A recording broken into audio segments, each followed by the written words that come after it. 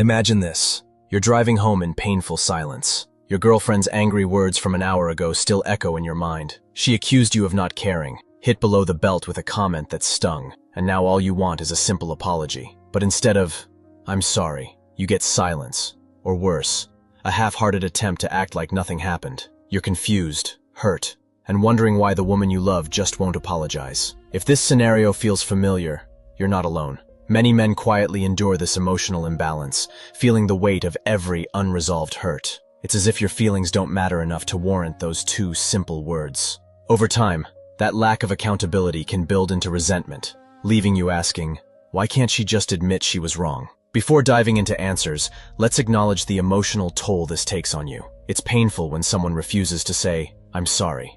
It can make you question whether you're valued or even loved. As a psychologist, I've sat with many men who voice exactly this confusion and pain. One client, whom I'll call Mark, once told me, she could knock the wind out of me with her words, but somehow I was always the one saying sorry first. He loved his wife deeply, but each time she refused to apologize, it chipped away at his trust and closeness. He began to wonder if there was something wrong with him for wanting an apology, or something wrong with her for withholding it. Perhaps you've wondered the same. Interestingly, this issue hides a deeper truth. On the surface, it seems like women just never apologize. In fact, research shows that in everyday life, women actually apologize more often than men do. But that's because women tend to have a lower threshold for what they consider offensive. In other words, a woman might say, "sorry," for bumping into someone or being a few minutes late more readily than a man. Yet, when it comes to intimate relationships and real conflicts, the script can flip. The very same woman who says sorry to strangers 10 times a day might struggle to apologize to her partner when it truly counts. Why? What's the hidden truth behind this reluctance? What follows are 5, in fact more than 5, key psychological explanations, each illustrated with real-to-life examples. These insights come from a mix of clinical understanding, real client stories, and research. By the end, you'll not only grasp why some women avoid apologizing, you'll also learn how to cope, heal, and possibly encourage healthier communication in your relationship. Let's pull back the curtain on this perplexing dynamic. 1. A threat to her identity, shame, and insecurity. For many women, and indeed many people, apologizing isn't as simple as admitting a mistake. It can feel like admitting, "I am a bad person." If your partner seems allergic to, "I'm sorry," she may be protecting a fragile sense of self deep down. Psychologists note that some individuals have trouble separating their actions from their character. So if they did something bad, they believe they are bad. An apology to them isn't saying, "I messed up this one time." It's saying, "I'm a messed up person." That's a terrifying leap in their mind. Shame is often the culprit here. To clarify, guilt and shame are two very different emotions. Guilt says, "I feel bad about what I did." Shame says, "I feel bad about who I am." For someone with insecurity, an apology can flip a switch from guilt to deep shame. Instead of thinking, "I made a mistake," she catastrophizes, "I am the mistake. I'm selfish, I'm stupid, I'm a terrible partner." This toxic shame is so painful that she'll do anything to avoid it, including refusing to apologize to you. It's as if saying sorry would shine a spotlight on all her perceived inadequacies. By not apologizing, she keeps that spotlight off herself and tries to keep feelings of shame at bay. What might this look like in real life? Let's take Mark and Julia, a composite of real couples I've counseled. Mark confronts Julia for making a hurtful joke about him in front of friends. It clearly embarrassed him. Julia instantly goes on the defensive. "I was just kidding. You're too sensitive. It's not a big deal." Mark isn't even angry at first. He just wants her to see that it hurt him. But instead of apologizing, Julia stonewalls or snaps back with criticism. Underneath her defensiveness is a flood of insecurity. Growing up, Julia's parents were extremely critical, and any admission of fault was met with harsh punishment. Now, any hint that she did something wrong strikes that childhood nerve. Her brain screams, "If I admit I hurt him, I'm a horrible person," a feeling she simply cannot tolerate. So she deflects, denies, does anything except say, "I'm sorry," because apologizing feels like self-destruction. According to couples therapist Dr. Samantha Rodman, this pattern is common. She explains that many women who can't admit fault are not just being prideful narcissists. Often, it stems from massive insecurity and low self-esteem. Some battle with depression or anxiety that heightens their sensitivity to any criticism. In fact, one hallmark of a certain type of depression, atypical depression, is rejection sensitivity, an extreme defensiveness against being thought wrong or bad. If your partner has this trait, even gentle criticism feels like an attack, and her instinctive response will be to protect herself rather than agree she was wrong. Ironically, the very act of refusing to apologize, meant to protect her self-worth, ends up damaging the relationship and pushing you away, which is not what she truly wants. The hidden truth here is that your woman's refusal to apologize may say less about how she feels about you, and much more about how she feels about herself. Her sense of identity is so fragile that admitting any wrongdoing threatens to shatter it. This doesn't excuse hurtful behavior, but it can cast it in a more compassionate light. The fear of shame can be overpowering. She might rather argue that the sky is green than say, "You're right, I messed up," because on a deep level, messing up equals, "I'm unlovable." Understanding this delicate inner terrain is key to addressing the issue with sensitivity. It might help you feel a bit less personally attacked, recognizing that her silence or defensiveness is often inner-directed, protecting herself, rather than a deliberate weapon against you. 2. Different views of the conflict.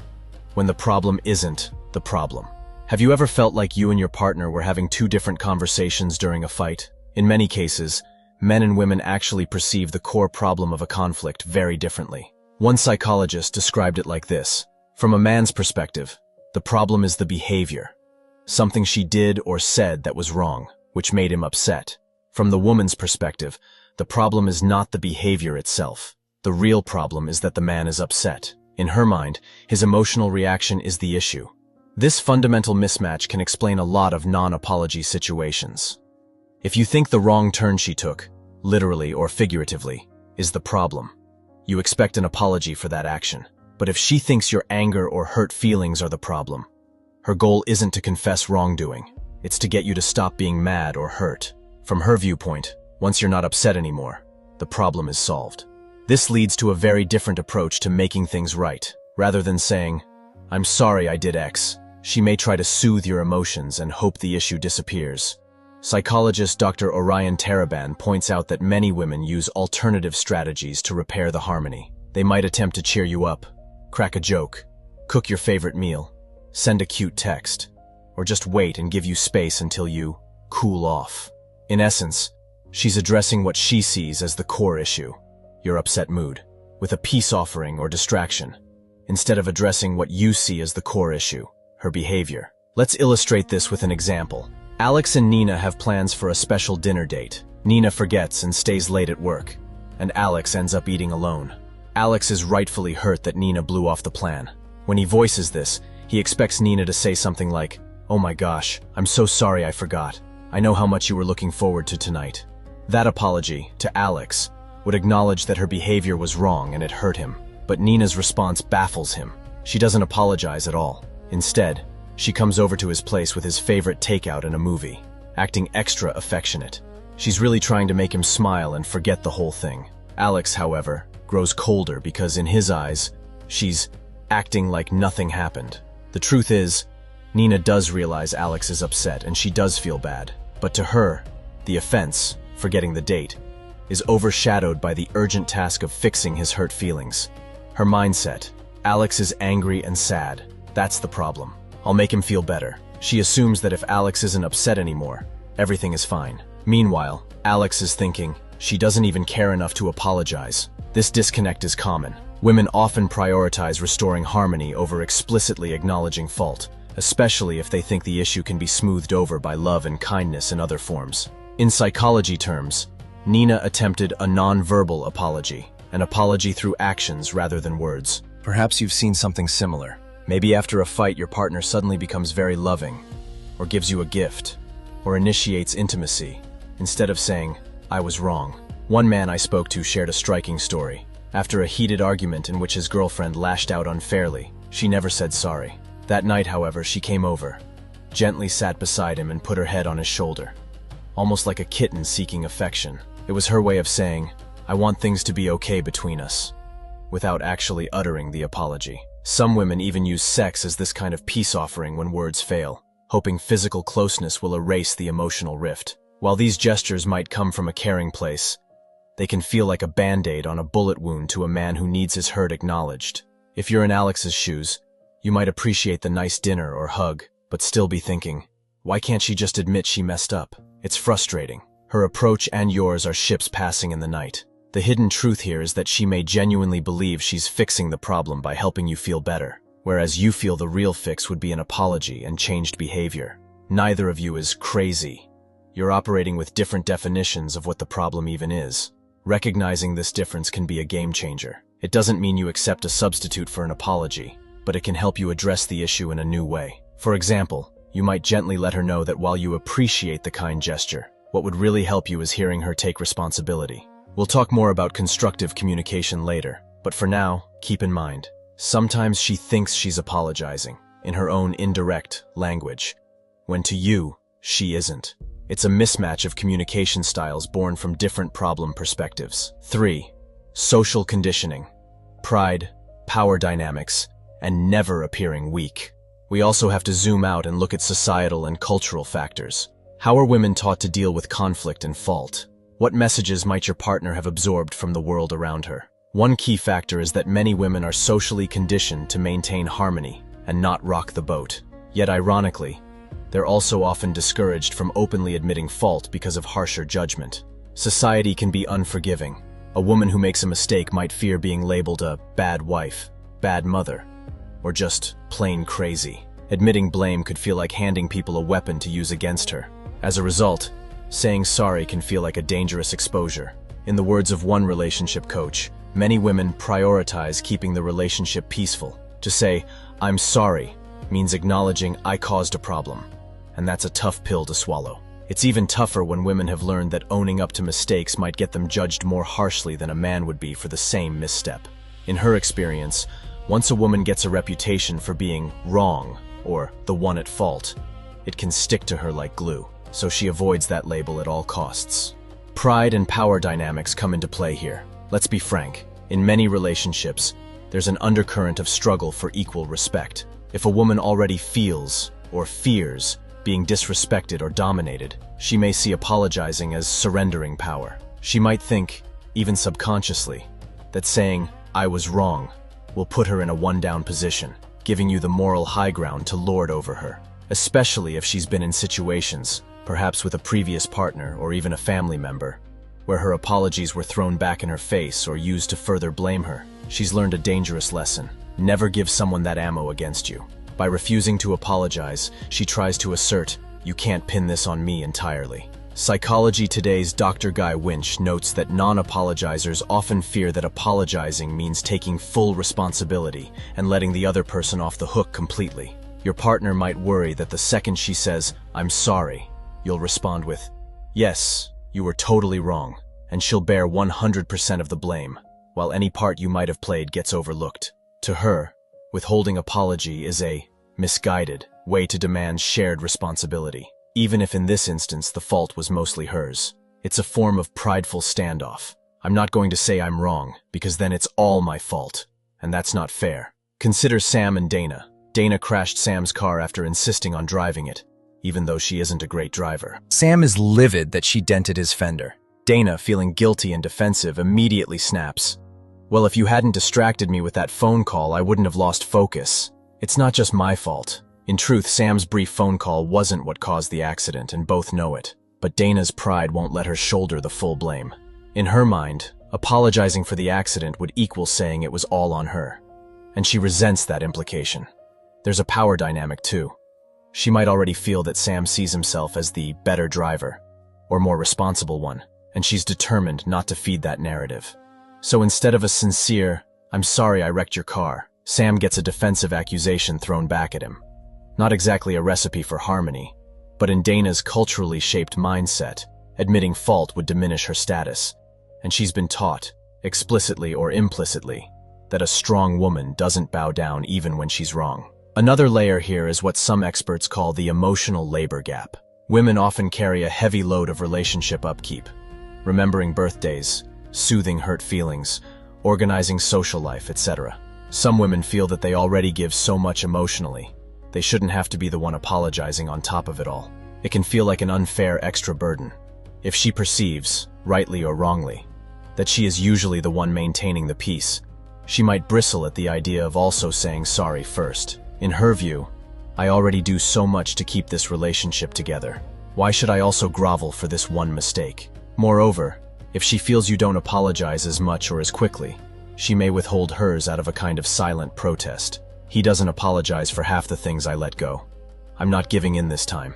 This tit-for-tat mentality can come from a place of burnout or perceived imbalance. Social conditioning is powerful. A woman who refuses to apologize might be acting out messages she's absorbed all her life. Don't let them see you weak. Never admit defeat. If you're wrong, you'll be punished. These messages can come from past relationships, family, or broader culture. Understanding this doesn't mean you have to accept never getting an apology, but it can help you empathize with the internal battle she's fighting. Her pride is not just vanity. It's tangled up with fear. Fear of losing respect. Fear of being judged. Fear of unequal treatment. Unfortunately, in trying to save face, she ends up hurting you and the relationship. Recognizing these societal and power dynamics at play can help both of you start untangling them. Perhaps in a calm moment, you might discuss the idea that admitting fault doesn't make one weak. In fact, it can be a show of strength and security. But as long as apologizing equates to losing power or inviting unfair judgment in her mind, she'll resist it hard. 4. Defensive tactics. Denial, blame shifting, and emotional override. When apologizing feels threatening, people, women and men alike, often resort to defense mechanisms, automatic psychological reactions that protect us from uncomfortable truths. In the context of refusing to apologize, these defenses can be pretty stark. If you confront your partner about something hurtful she did, and she immediately launches into denial or blame shifting, you're witnessing these defense tactics in real time. One common strategy is simple denial. I didn't do anything wrong. She may outright reject that there's any reason for an apology. For example, if you say, "It really upset me that you told your friends about my personal issue without asking me," she might respond, "Oh, please, I didn't reveal anything important."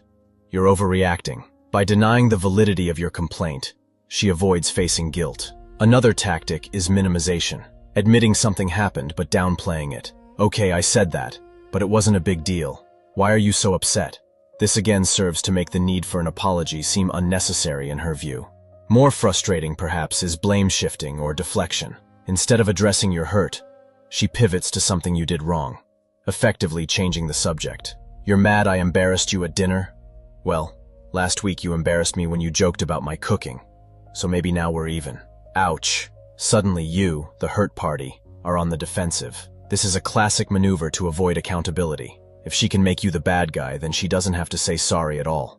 Sometimes blame shifting comes out as whataboutism. "Yeah, I yelled at you, but what about when you forgot our anniversary? You didn't apologize enough for that." It's a diversion, drawing attention away from her mistake to yours. Consider a scene that's all too common. Luis tells his wife Mara that he's hurt she flirted with a coworker at a party. Instead of apologizing, Mara becomes incensed. "Are you accusing me of cheating? How dare you? You're so insecure, Luis, it's ridiculous." She has now flipped the script. Luis finds himself defending his right to be upset, rather than Mara addressing his original complaint. Mara's reaction, attacking him for bringing it up, is an extreme defense mechanism. It not only avoids an apology, it puts Luis on the back foot. In a flash, the conversation shifts from her behavior to his insecurity. This tactic often leaves the man doubting himself, and sometimes even apologizing to her to patch things up, which is exactly what Mara, perhaps unconsciously, wanted. If he ends up saying, "Sorry, I got upset," then she certainly doesn't have to apologize for the flirting. Therapists see these patterns frequently. In fact, Dr. Winch described how non-apologists will use excuses and denial to shirk responsibility in situations where most people would straightforwardly apologize. For instance, rather than say, "I'm sorry I was wrong about the directions," someone might insist, "The GPS was faulty," or "You get us lost all the time too." The content can be almost comical in hindsight, blaming a GPS for one's own error. But in the heat of the moment, it's maddening to be on the receiving end of such excuse-making. These knee-jerk defenses come from a place of reflexive self-protection. It's like an internal voice is screaming, "Error! Cannot compute being the bad guy," and scrambles to find any narrative where she doesn't have to be at fault. That narrative might be that you are actually the one at fault, or that the circumstance is to blame, or that the hurt never really happened. Another defensive reaction is what I'll call emotional override. This is when the person who should be apologizing suddenly becomes more emotional than the person who was hurt, effectively hijacking the role of victim. Perhaps you calmly say, "I really didn't like how you spoke to me earlier," and she suddenly bursts into tears. "I can't believe you think I'm such a terrible person." Now you're consoling her, saying, No, I just meant, it's okay." Her overwhelming emotional display, whether intentional or not, has derailed the conversation. Your original hurt is forgotten as you try to calm her down. Again, this often isn't a conscious manipulative plan, but it sure works to avoid an apology. In psychological terms, this can be a form of projective identification. She feels accused of being bad, can't handle it, so she breaks down, projecting an image of herself as the one who's been wronged by the confrontation. And you, in turn, move into the role of comforter rather than the one requiring an apology. It's important to recognize these behaviors for what they are: defense mechanisms and emotional self-preservation strategies. They are not healthy communication tools, and they certainly are unfair to you. However, they usually aren't born from a desire to hurt you. They're born from a desire to protect herself, as twisted as that protection may come out. She may fear that if she lowers her defenses for 1 second, for instance, to say, "You're right, I was wrong," she'll be vulnerable to attack, blame, or shame. So her psyche says, "Keep the armor on." That armor can look like anger, excuses, blame, tears, anything but the exposed softness of apology. Knowing this, you can start to see the pattern in action. Next time a simple request for an apology turns into a maze of deflection, you might internally note, "Okay, she's in defensive mode now." This awareness can prevent you from getting too sucked into the sidetrack argument. It doesn't solve the problem, but it helps you keep perspective. Her defenses are high because something about this situation feels deeply threatening to her psyche. It might be irrational from the outside, but inside, it's very real to her. We'll discuss soon what you might do in these moments, but a first step is identifying the defenses for what they are. Instead of feeling guilty or going on the counterattack, you can tactfully pause the discussion or gently try to steer it back to the real issue once the emotional storm passes.